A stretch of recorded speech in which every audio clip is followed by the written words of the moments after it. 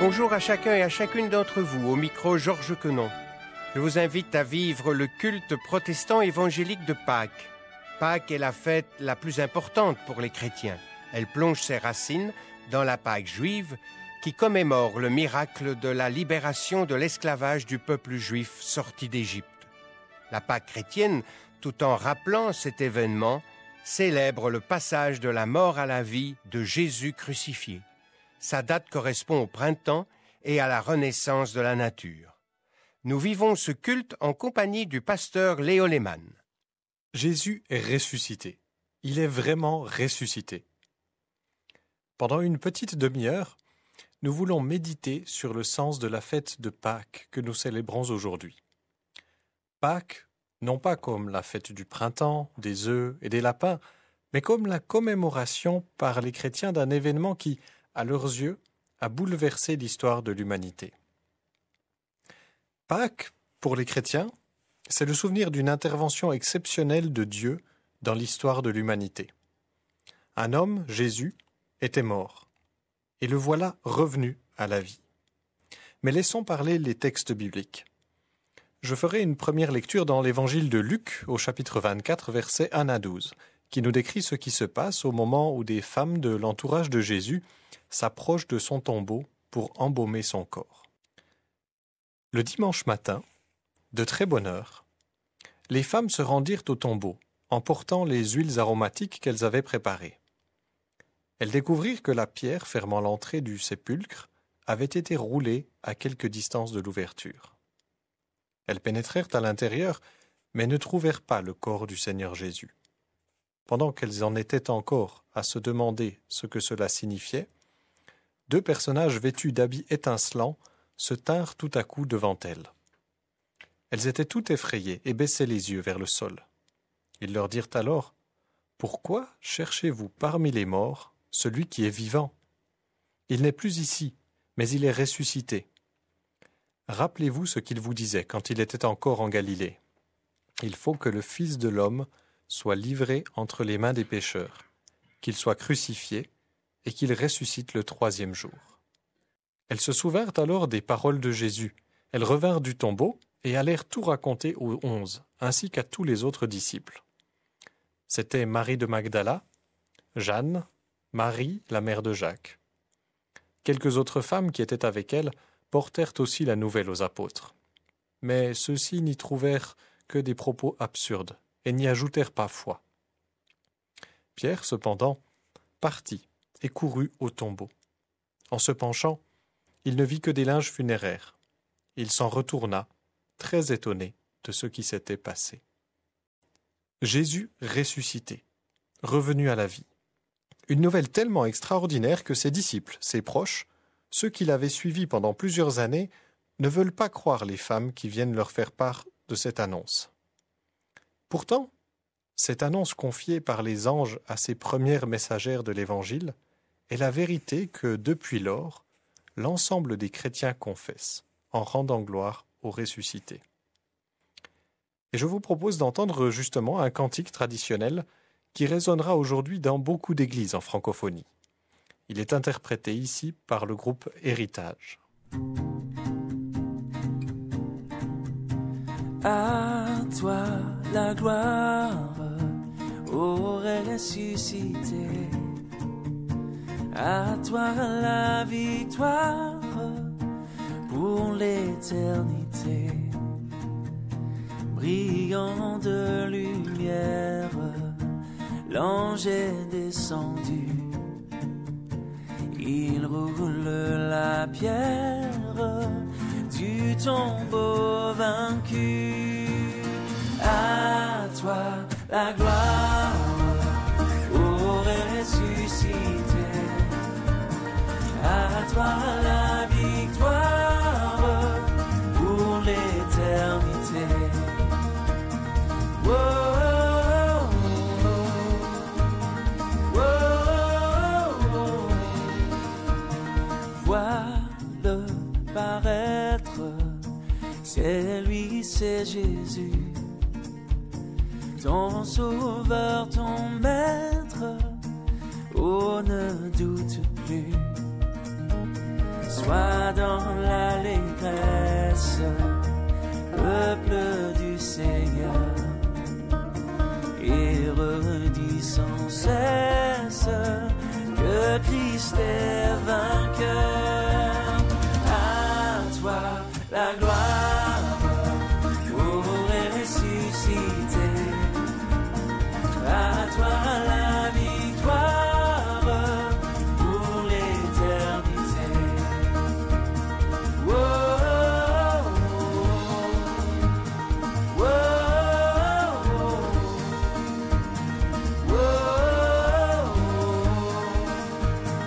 oh. Il est ma victoire, mon puissant soutien, ma vie et ma gloire. Non, je ne crains rien.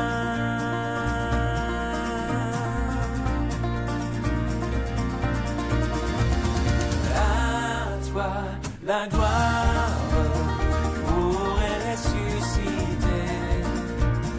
à toi la victoire pour l'éternité. Oh, à toi la gloire pour ressusciter, à toi la victoire pour l'éternité. Oh, oh, oh, oh,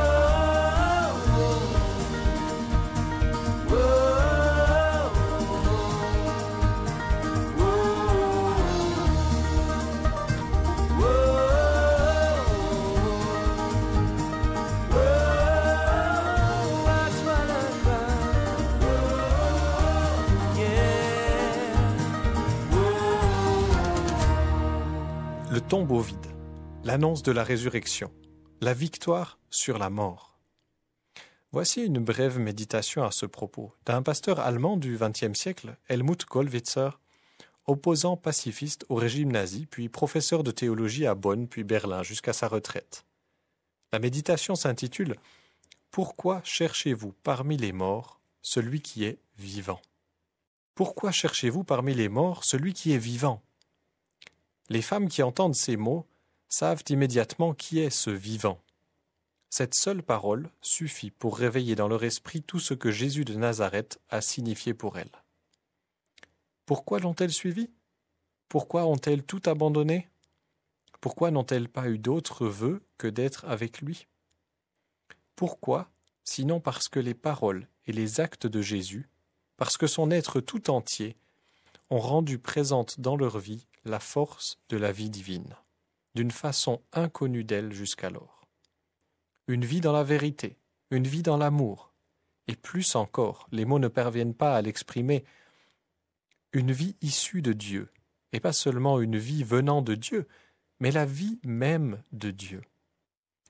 Alors elles se ressouvinrent des paroles de Jésus. Tout ce qu'elles ont naguère entendu sortir de sa bouche se réveille dans leur esprit. Ces paroles qui ressurgissent dans leur mémoire gravent dans leur cœur la croyance à la résurrection. Il faut que Jésus lui-même vienne avec ces paroles, qu'il touche notre cœur et le mette en mouvement, qu'il ouvre nos yeux, afin que nous reconnaissions en lui la présence vivante de Dieu.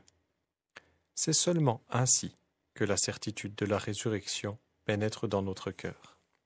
Jésus était mort et il est vivant. Comment cela s'est-il produit ? Cela reste plongé dans un profond mystère. Personne n'a vu la résurrection.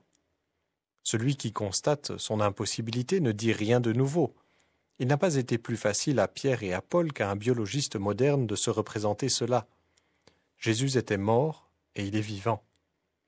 Personne ne peut se représenter cela, car cela s'est produit dans la nuit du mystère de Dieu, inaccessible aux regards humains.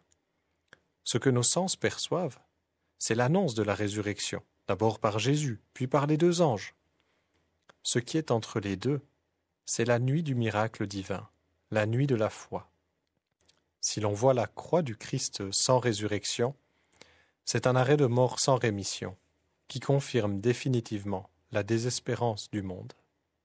Si si l'on voit la croix du Christ à la lumière de la résurrection, le vendredi saint est le grand jour de la victoire de Dieu, et non de la mort. Il y a quelques jours, j'entendais dire dans une conférence relative à la situation spirituelle de notre temps qu'à la base de toutes les conceptions actuelles du monde, il y avait cette conviction: mangeons et buvons, car demain nous mourrons. Tel est le dogme intangible de l'homme actuel. Tout est incertain, la mort seule est certaine. Ce dogme doit être mis en doute. Un doute de Pâques doit pénétrer dans notre cœur. Un doute joyeux et irrespectueux à l'égard du règne de la mort sur terre, à l'égard de la vanité de notre vie, de l'irrévocabilité du cours du monde, de l'éloignement de Dieu, de l'absurdité de la souffrance, de la supériorité de la force sur le droit, de la subordination de la vérité au mensonge.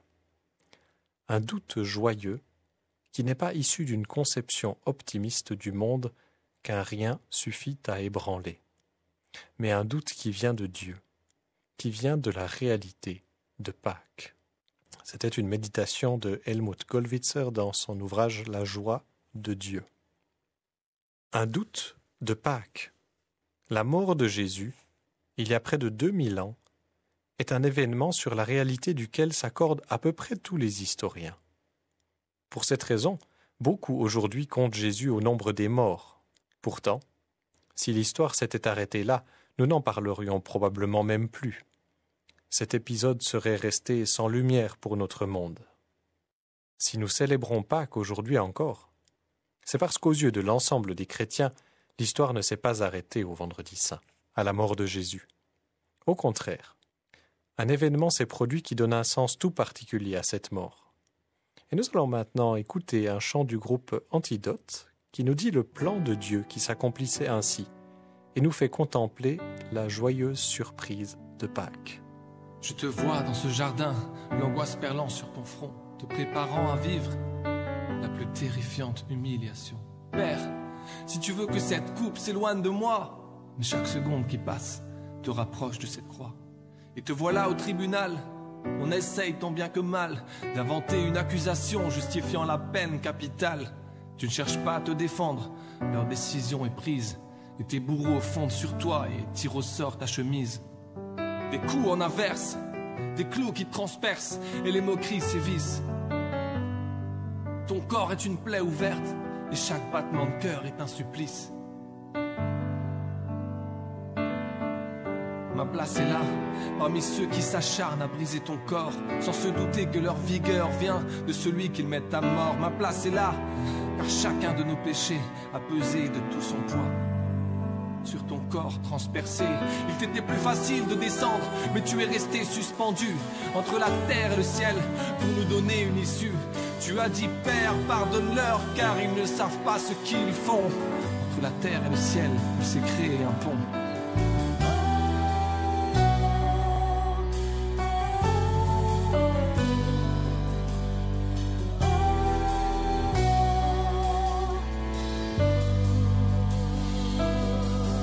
Il fallait que quelqu'un paye pour toutes nos fautes et nos travers.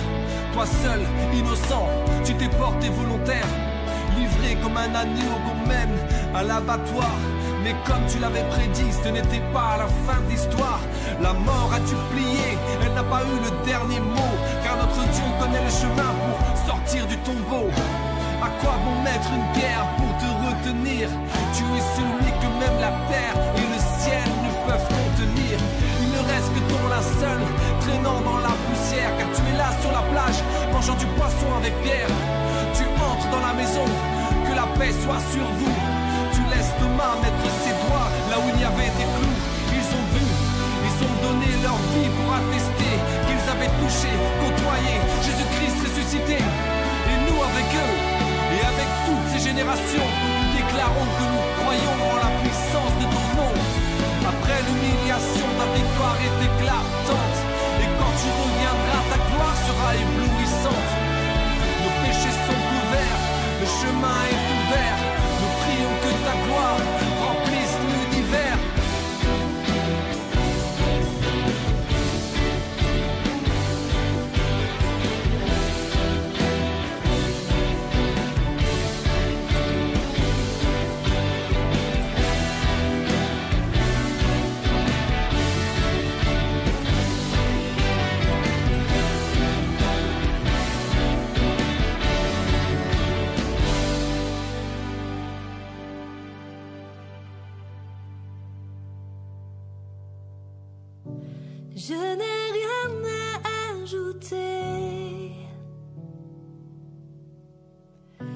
Je n'ai rien à ajouter. Oh, oh, oh. Je n'ai rien à ajouter. Ta grâce me suffit. Ta grâce me suffit. Tu as tout accompli.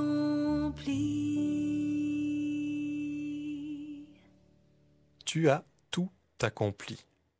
Dieu a tout accompli. Depuis la nuit des temps, malgré tout ce que l'humanité a pu faire de beau et de bon, le mal gangrène son existence. Quels que soient les progrès en matière de connaissances, de techniques, de bien vivre ensemble, de piété même, nous sommes encore confrontés à l'égoïsme, l'avidité, l'orgueil, le mépris de l'autre. Nous voyons ces choses plus souvent chez ceux qui nous entourent peut-être, et malheureusement parfois à grande échelle. Mais pour peu que nous soyons prêts à cette lucidité, le fait est que ces poisons sont aussi à l'œuvre dans nos propres cœurs et viennent corrompre nos relations, nos vies quotidiennes. La Bible nous dit que cet état de fait trouve son origine dans la rupture entre l'humanité et Dieu. L'être humain a voulu déterminer par lui-même le bien et le mal. L'humanité a voulu jouer à Dieu, produisant une foule de petits dieux s'alliant les uns aux autres ou combattant les uns contre les autres en fonction de leurs intérêts individuels, chacun cherchant la suprématie. C'est ce que la Bible appelle le péché, qui nous détruit nos relations. Au fil des siècles, les efforts humains pour contrecarrer cette réalité se sont toujours avérés insuffisants. Pire encore, notre entêtement dans ce péché destructeur nous rend coupables devant le Dieu qui poursuit le bien de ses créatures. Mais Dieu n'a pas voulu nous laisser dans cette situation. Cette révolte contre l'autorité divine nous exposait à sa colère, à son rejet, à la mort. Mais Dieu s'est approché de nous en Jésus, son Fils. Et d'une manière mystérieuse, la Bible nous dit que Jésus, en mourant sur la croix, a porté le poids que notre rébellion faisait peser sur nous. En venant vers nous et en allant jusqu'à ces heures terribles du vendredi saint, il a montré toute l'étendue de son amour divin pour nous, prêt à s'abaisser et à mourir. Jésus, librement, s'est offert pour que nous puissions connaître la vie en communion avec Dieu. Mais la mort a dû plier. Elle n'a pas eu le dernier mot. Comment la mort aurait-elle pu retenir l'auteur de la vie? En ressuscitant Jésus, Dieu a manifesté sa puissance victorieuse face à la tombe. Et il a insinué dans l'histoire humaine ce doute qui persiste encore aujourd'hui. La mort pourrait bien ne pas être la dernière étape.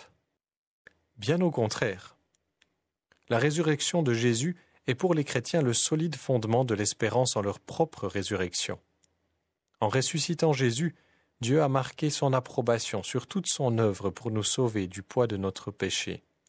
En lui, nous avons le pardon. En lui, nous retrouvons le Dieu qui nous a créés et nous aime. En lui, nous avons l'espérance. En lui, nous sommes dès à présent gardés pour la vie éternelle qui est devant nous. Tous ceux qui placent leur confiance en Jésus croient qu'un jour, ils le verront face à face et vivront auprès de lui. Jouir en plénitude de la présence de notre Créateur et Sauveur. Vivre pour toujours dans la lumière du Seigneur de l'univers. Contempler le sourire aimant de Dieu à notre égard. C'est là l'avenir que la Bible promet à tous ceux qui placent leur confiance en Jésus. Et c'est Dieu qui a accompli cela. Nous n'en avons rien mérité, mais le recevons par la foi comme un cadeau extraordinaire. Et le chant du groupe Héritage que nous écoutons maintenant évoque les effets que ces réalités ont dès à présent dans les cœurs de ceux qui croient en Jésus. Oh, quel beau soleil dans mon âme, il éclaire, illumine tout. À ses rayons, mon cœur s'enflamme et je vais chantant Dans mon âme, un beau soleil brille, son rayon doux et joyeux répand un éclat qui scintille, c'est le sourire de Dieu. Oh, quel beau soleil dans mon âme, il éclaire, illumine tout. À ses rayons, mon cœur s'enflamme et je vais chantant partout. Mon cœur était plein de ténèbres quand parut un jour nouveau. Au loin fuyaient ombres funèbres devant un soleil si beau. Oh, quel beau soleil dans mon âme, il éclaire, illumine tout. À ses rayons, mon cœur s'enflamme et je vais chantant partout.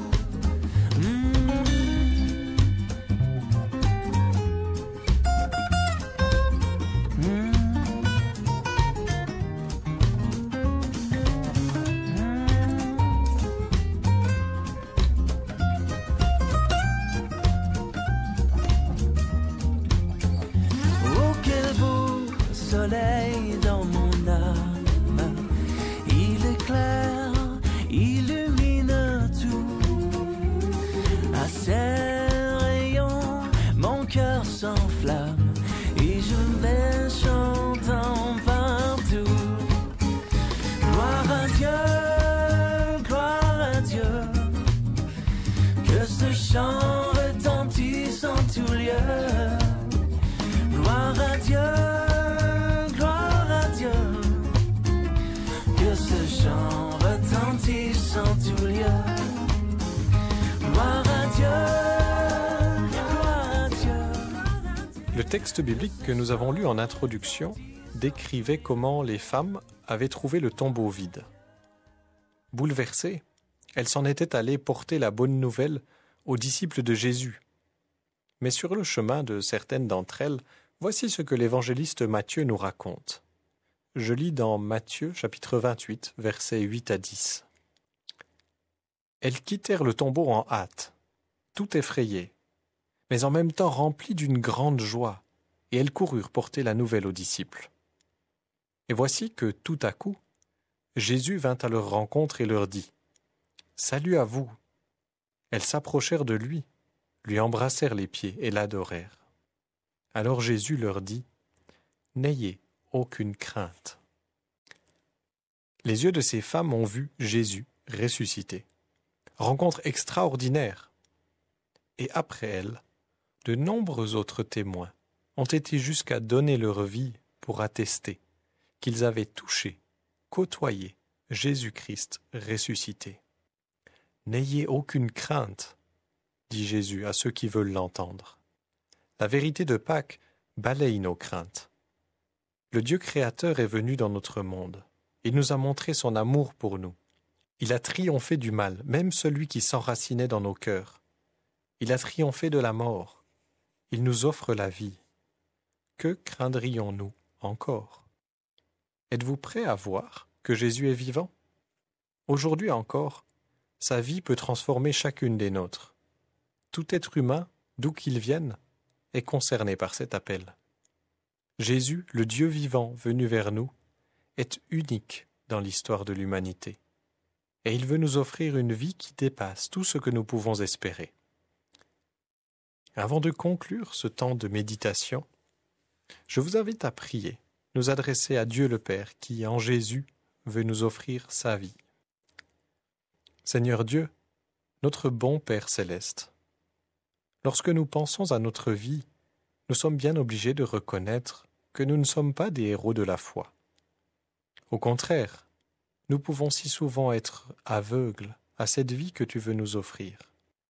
Pourtant, tu as donné ce que tu avais de plus précieux pour que nous vivions, ton Fils Jésus.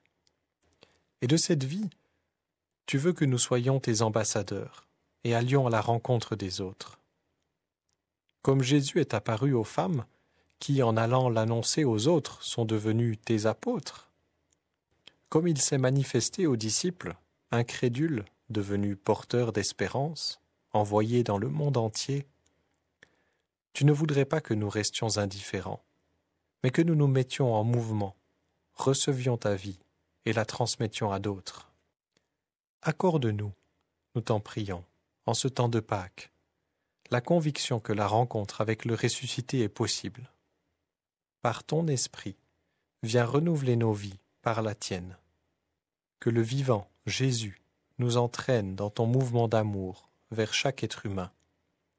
Que la joie de Pâques inonde nos cœurs et déborde dans cette nation tout entière. C'est dans le nom de Jésus, par le Saint-Esprit et pour ta seule gloire que nous te prions ainsi. Amen. N'ayez aucune crainte. Qu'en Jésus, la paix soit avec vous. Joyeuse Pâques à chacun. Et nous terminons à l'écoute d'un dernier chant du groupe Héritage qui exprime encore l'assurance paisible reçue par les chrétiens en Jésus. Je sais qu'un jour, mes yeux verront Jésus. Je sais qu'un jour, mes yeux verront Jésus. Si je marche jusqu'au bout, par la foi et malgré tout, je sais qu'un jour, mes yeux verront Jésus.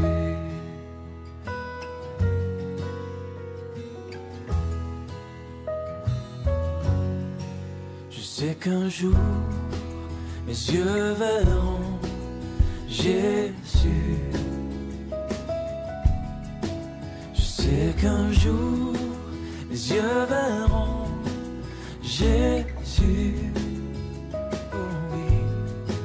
Si je marche jusqu'au bout, par la foi et malgré tout, je sais qu'un jour, mes yeux verront Jésus. C'était le culte protestant célébré à l'occasion de la fête de Pâques. Le pasteur Léo Lehmann et moi-même avons été très heureux de passer ce moment cultuel en votre compagnie. Nous vous rappelons que le texte de la méditation et les textes liturgiques sont à votre disposition sur simple demande adressée à la radio-télévision protestante, rue Brognier 44 à 1070 Bruxelles. Cette demande peut aussi être adressée via notre site www.aprt.be. C'était Georges Quenon en votre compagnie. Bonne fête de Pâques à vous toutes et tous et rendez-vous samedi prochain à 20h30 pour notre émission hebdomadaire de la Voix protestante. Si je marche jusqu'au bout, par la foi, et malgré tout, je sais qu'un jour, mes yeux verront Jésus.